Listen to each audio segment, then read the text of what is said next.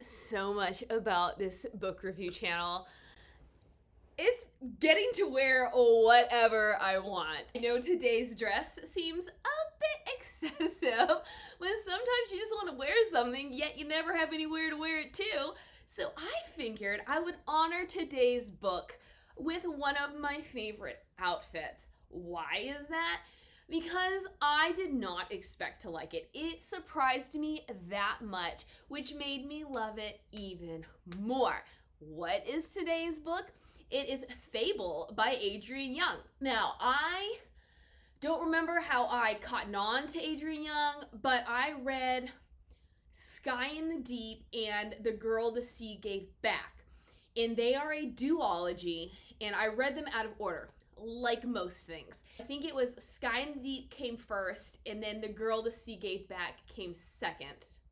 Yes, and so I read The Girl the Sea Gave Back first, just because it was the first one that I got my hands on, and I was unimpressed. So I went into Fable. I hadn't actually meant to read it so soon, but I ran out of things on my iPod to listen to, and so this one popped up, and here we are, and I loved it, and I cannot wait to jump into Namesake, which is its successor. Fable is about a young girl named Fable.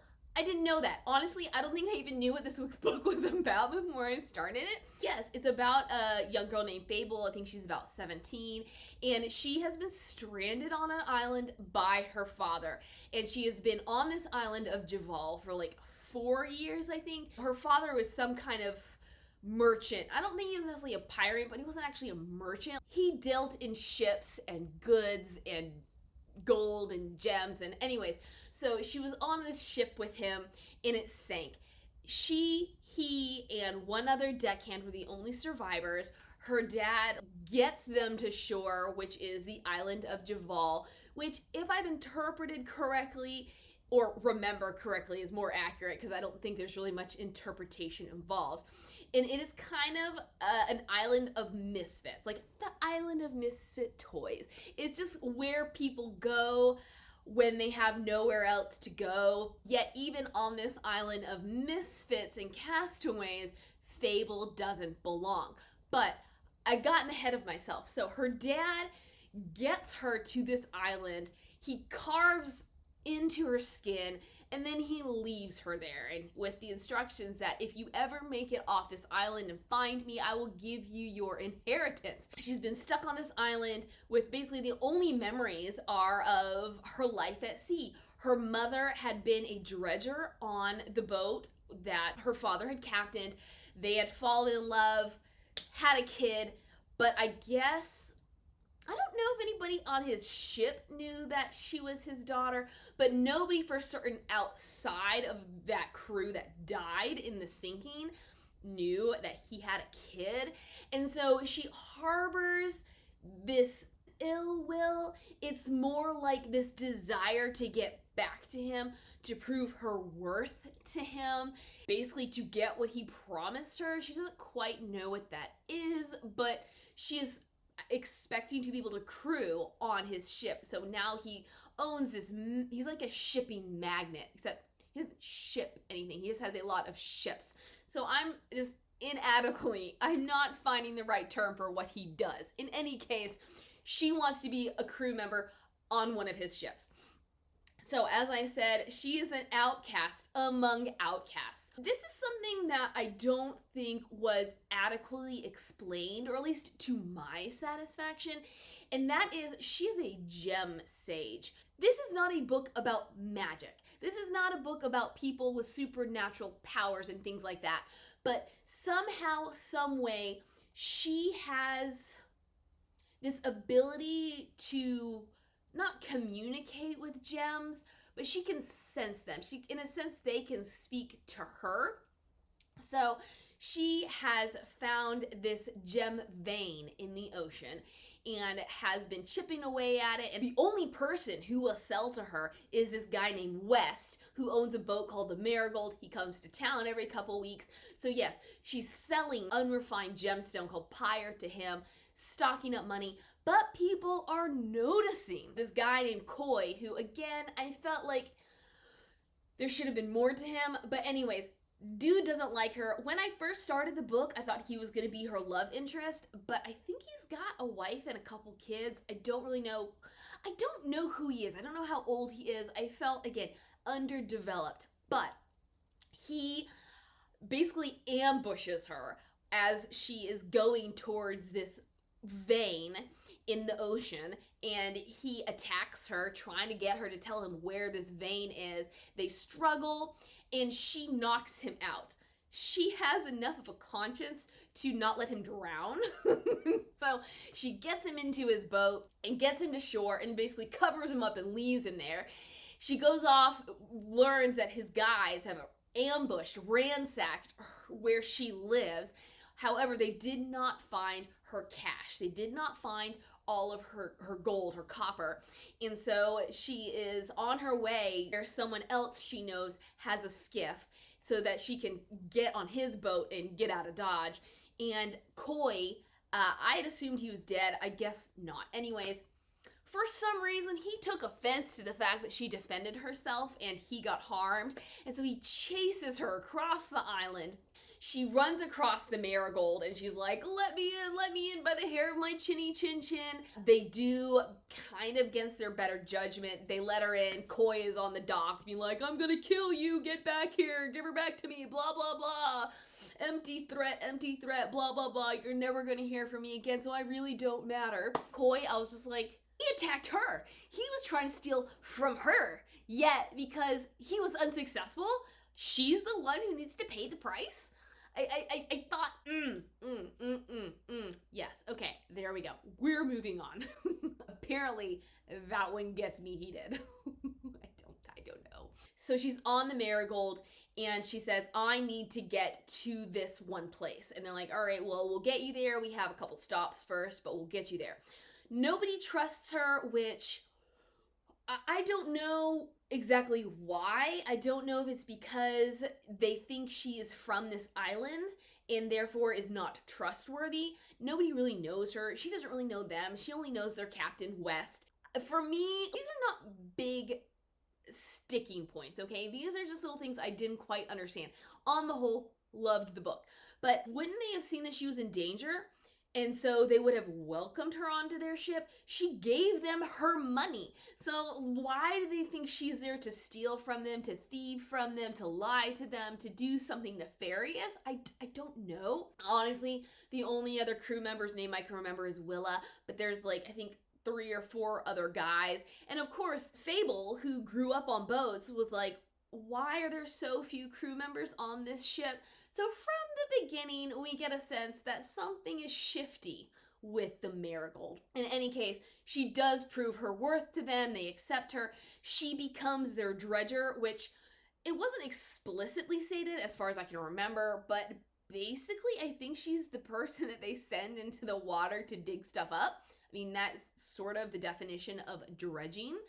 But as a gem sage, I guess it's such a unique and valuable talent that gem sages no longer feel safe letting people know they're gem sages because everybody's gonna fight over them and bad things end up happening. Actually, she doesn't become their dredger just yet. So, like, rewind and forget I said anything. She does prove herself to some extent to them, and then they make it to the first port. And West is like, do not leave this ship.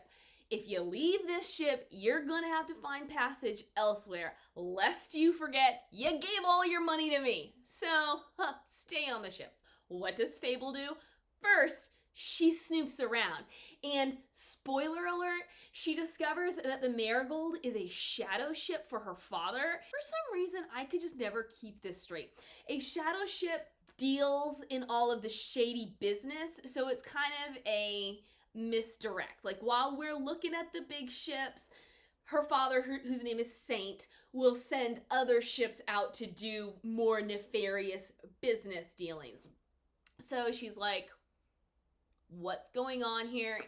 She gets off the ship, and wouldn't you know it, West finds her.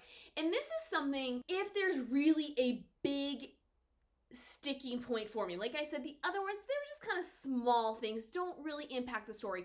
But this is the first time that and really is the one instance that sticks out in my mind in which I wish that Young had done it differently. Because until this point, we don't know a whole lot about Fable. Even as a character, as a person, we don't know if she's someone we want to root for or not, despite the fact she's the protagonist. And so what happens is West is like, sorry, you're out. And she's like, excuse me. But he had seen that she had stolen from somebody. And so he's like, all right, well, actually, if you do something for me, I will not only give you money, but I will also give you passage. What he wants her to do is get a dagger back, because Willa, here's a spoiler alert, Willa is his sister. I don't quite know where the dagger comes from. It obviously has significance. And for some reason, she has pawned this dagger, and he doesn't think that was a good move. And so he wants Fable to then go in and get the dagger back. And so he gives her a ring of his, which obviously has value to him, as well as some money. So she not only has the bracelet she sold, she has the ring, and she has some money. And what she ends up doing is giving herself away. I guess when you bargain, you don't want the owner, the seller, to know how much you want a piece, because then he'll drive up the price. And so she gives away how much she wants this dagger. So she ends up giving the ring, the bracelet, and most of the money. And when her intention had been like, there's no way that I will have to give half of this for the dagger, and then I can use it for my own benefit once we get to the final destination. What I wish Young had done was allow Fable to kind of go with her initial assumption that she was going to be able to keep the bracelet, she was going to be able to keep most of the money. For me, it would have instilled confidence in Fable that she's got a skill set.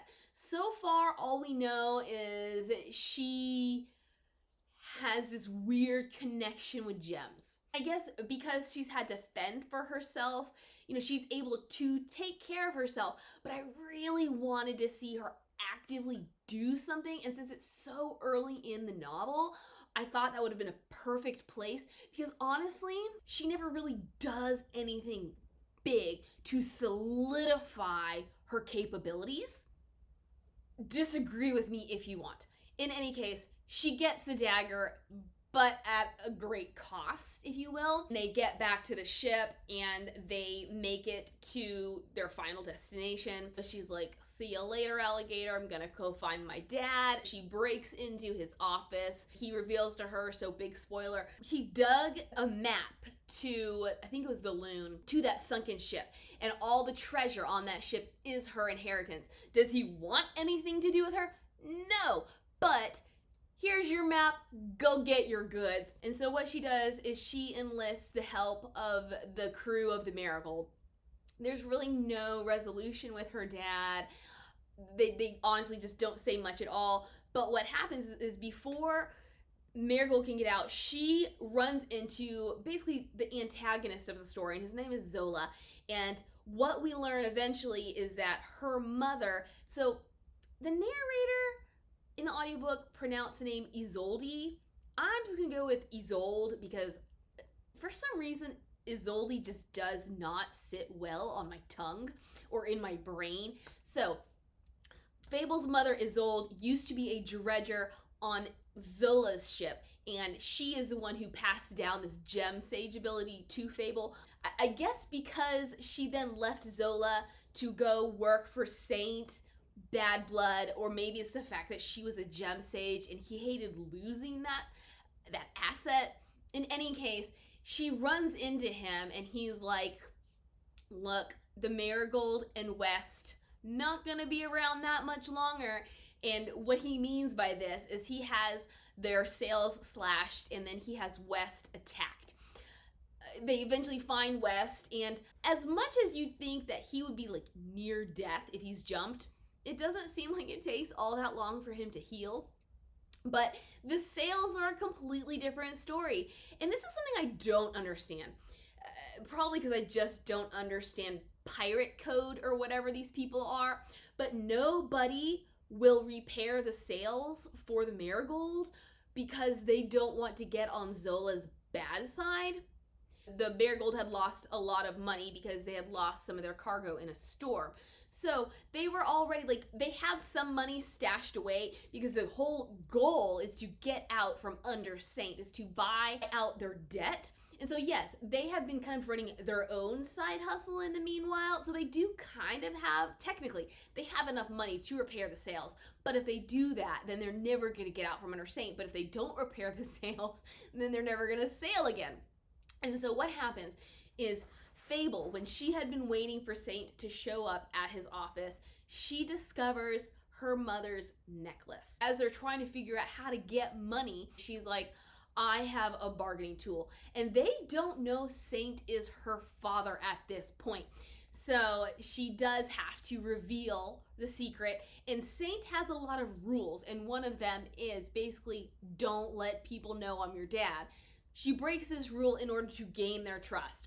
She goes and she uses this necklace as a bargaining chip. He gives her the money, but he says, never do something like that again. Never use your mother against me again. And now they have the money, yet they still can't find anybody to fix or make them sails, which I just don't understand. Like, if Saint is the big dog in town, what's so problematic about Zola? Like, why are people afraid of Zola? Yeah, I get it. Not a good dude. But how does he have that much power? They find a black market sail maker. He makes them their sails. Before they can finish, Zola has sent his guys to do some more damage, and they're like, see ya. The sail maker jumps ship, and they're off on the open sea to go find the wreckage. This part is a little confusing for me because apparently when I uploaded the audiobook, some of the tracks did not upload in order. So I missed it, but then I got it at the end, and that was equally confusing because I was like, what? But they basically have safe sailing to the wreckage, which again, I thought was kind of a missed opportunity. Yeah, there's an instance where the hull of their boat scrapes against some coral reef, but on the whole, nobody follows them, nobody gets in their way, nobody steals their goods. And I was like, that was a little anticlimactic because this is kind of the midpoint of the book here. So you're thinking we're gonna get some more action. But then West had kind of, by this point, told Fable he likes her. However, he doesn't want to like her. She's gonna go in the water to dredge the contents of the wreckage. And he's like, I'm gonna go with you. And she's like, I didn't know you could dredge. He's like, there's a lot you don't know about me. They kind of have a makeout session underwater, which, tell me, how do you have that kind of lung capacity? Okay? They get all of the goods onto the Marigold. A side note, the Marigold was named after Willa and West's sister who died at a young age. I kind of like that tidbit. On the other hand, unless it plays more into namesake, I don't quite think it was that necessary. Now at this point, I'm like, all right, so we had no issues. Even without that little missing section of them getting to the wreckage, it was pretty obvious from where I picked up that they had no problems at getting the gold, the gems, the whatever was in the wreckage. And so now I'm like, all right, so here we go. Like, we've built up to the dangerous part, and that is, how do they sell all of the goods that they found on the wreckage without casting suspicion upon themselves? And basically, they break up. You know, they each have a certain amount, and I think they sell all of it. Maybe they don't. Again, not quite clear, but they go to a mid-size port where there are enough stalls that they don't basically have to repeat themselves, but it is not too big that it could still draw attention and lots of people can see them and recognize them and figure out what they're doing. Do we have any issues? No. There's one or two vendors who start to question Fable, but then she's like, I'm out of here. And so she avoids the question. Yeah, they're all celebrating on board the Marigold. Fable and West have a good night. And then she wakes up the next day and she says, all right, so I've got something to do, because this was that initial port they had been at earlier in the book. And so I'm like, she's gonna go get the dagger. And this is when that missing section popped up. So actually what happened is she gets off the boat and she discovers that Saint is there. And here's something else that I don't quite understand. This is her inheritance. Why would he have a problem with her selling off her inheritance? Maybe the problem is that it would help the crew of the Marigold pay off their debt, and that's problematic for him because shadow ships are valuable? I don't quite know. Anyways, Saint has followed them to this port just to kind of see if they're going to do what he thinks they're going to do. They have a nice long healing chat. She's like, all right, see you later, alligator. Let me kiss you on top of the head. I never plan on seeing you again. And then this is when the little snippet of them getting to the wreckage is inserted. And I'm like, okay, like this is the part that I thought I missed. So, all right, at least I know that my guess was right and they had no problem getting to the wreckage. Then we're at the end of the book, so that little segment ends, and Fable, she gets to the pawn shop. She's able to buy the ring at like no cost whatsoever. She runs into Zola again and he kidnaps her. I'm really excited to get into Namesake because it was a really great cliffhanger, and I want to see how things progress because she had just gotten in with the crew of the Marigold. You know, she and West were embarking upon this romance. Willa, now that they had this money, she was like, now I can stop working on a ship. Like, this is not where I want to be.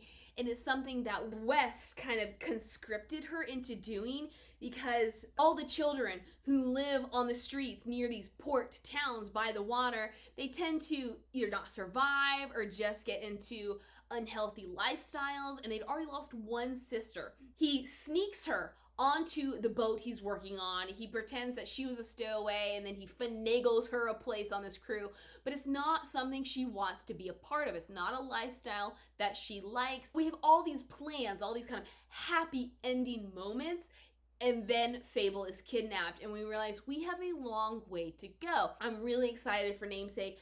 One of my questions is Isolde really dead?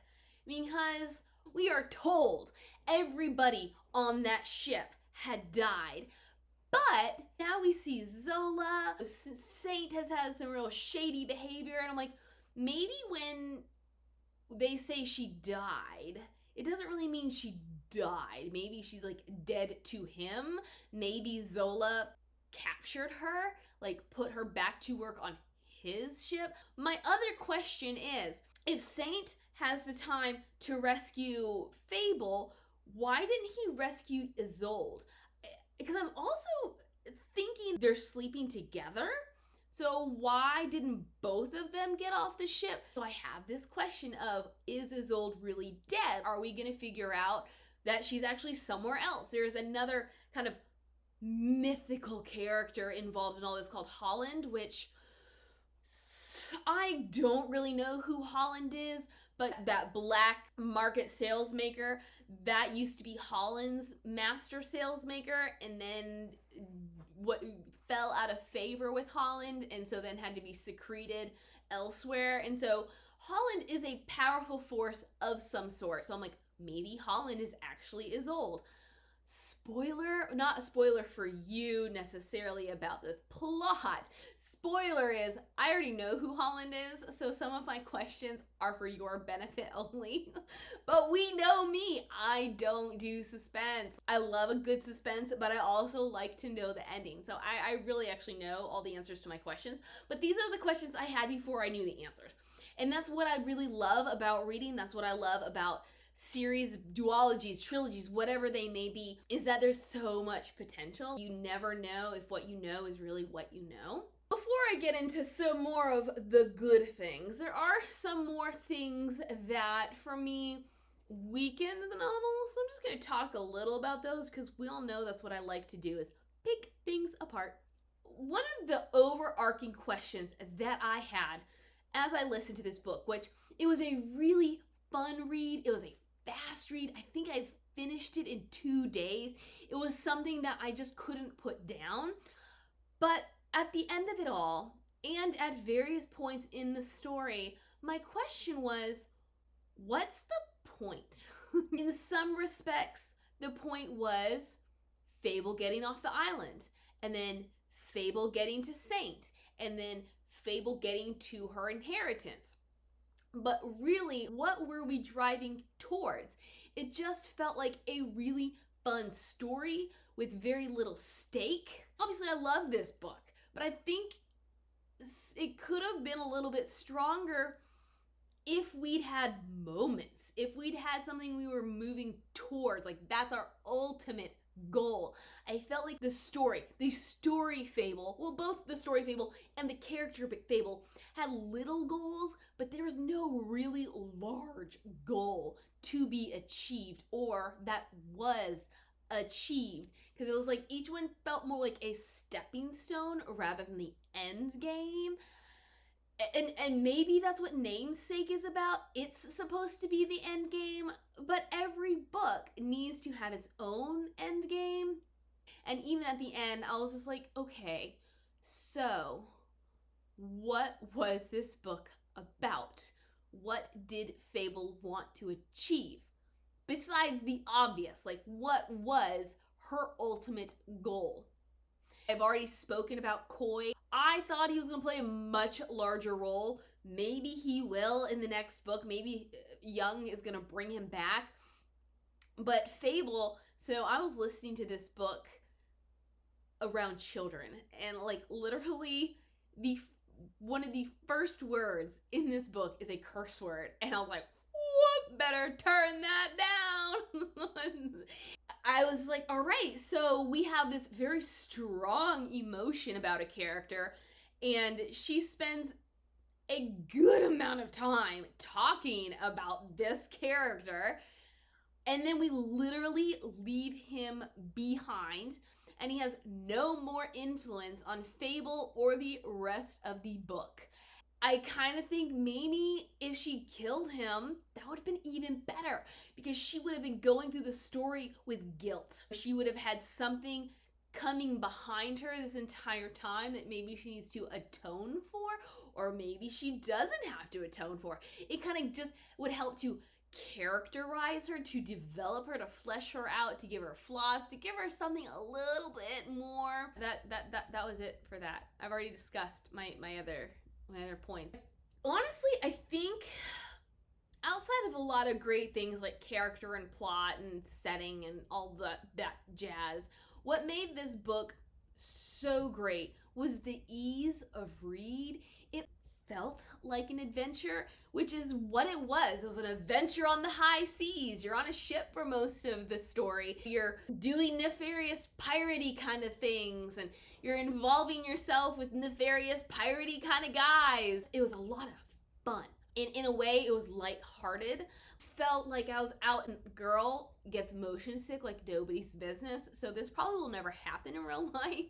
But I felt like I was out on the open sea with the azure sky, miles and miles of water that's like the perfect shade of turquoise blue, and you could see to the bottom, and the wind is in your face, and all that jazz. Like, it just felt like, the boat is just skipping over the waves, which probably is not very much fun at all.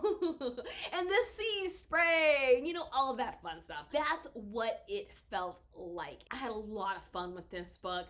I enjoyed the narration, and as I said, I look forward to Namesake. So we'll see when I get my hands on it. I enjoyed this one so much that I might just fork it over. You know what I'm saying? Sometimes it's worth it, but yeah, there we go. I hope you have a great day. Let me know what you think. Like, subscribe, comment, do all the fun stuff that lets me know you're out there. And I will talk to you later. Bye.